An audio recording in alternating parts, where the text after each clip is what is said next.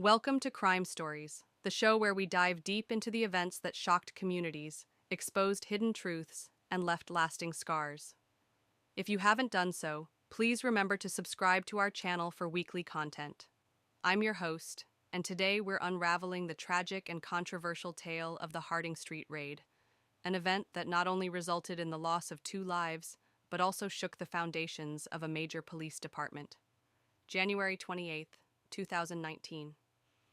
It was just another day in Houston, Texas, or so it seemed. On Harding Street, in a modest, single-story home, Dennis Tuttle and his wife, Rogina Nicholas, were going about their daily lives. They had no idea that their home was about to become the center of a deadly police operation that would ignite outrage across the nation. Dennis Tuttle was a Navy veteran, known to his neighbors as a quiet, reserved man who had served his country honorably. Friends and family described him as someone who enjoyed the simple things in life, tending to his home, caring for his pets, and spending time with his wife. Rogina Nicholas, or Reggie as she was affectionately called, was known for her warm smile and kind heart. She was the kind of person who would strike up a conversation with strangers, always looking for ways to spread a little kindness.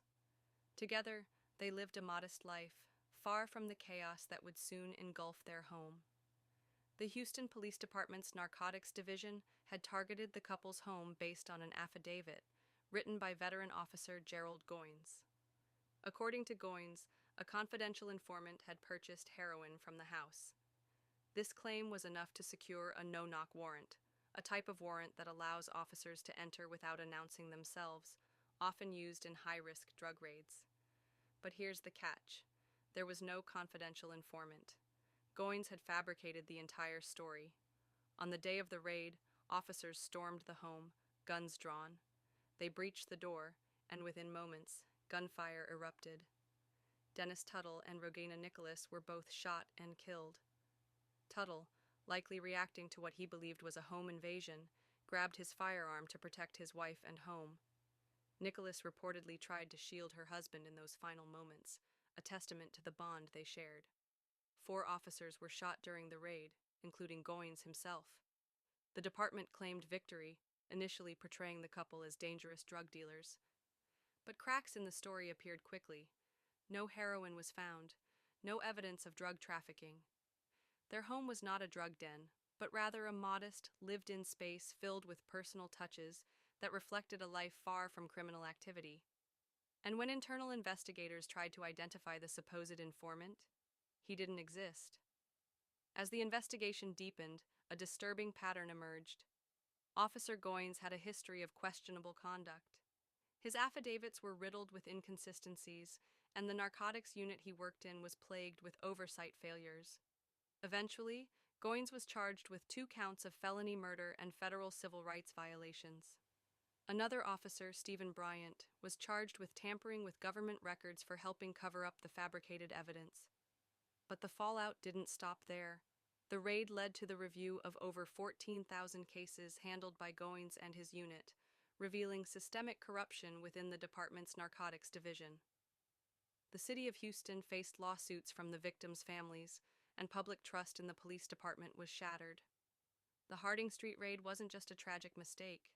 It was a stark example of how unchecked power, lack of accountability, and systemic failures can lead to deadly consequences.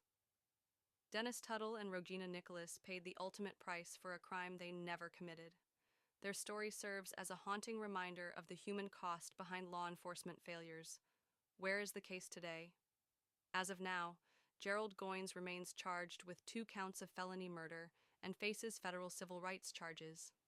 His legal proceedings are ongoing, with trial dates having been delayed multiple times due to legal complexities and the COVID-19 pandemic.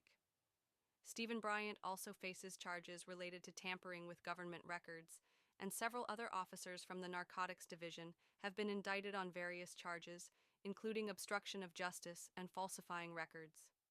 Meanwhile, the city of Houston has settled civil lawsuits filed by the families of Dennis Tuttle and Rogina Nicholas, though the exact terms of the settlements have been kept largely confidential. The case continues to serve as a flashpoint in discussions. Thank you for listening to Crime Stories. If this case moved you, consider sharing it with others.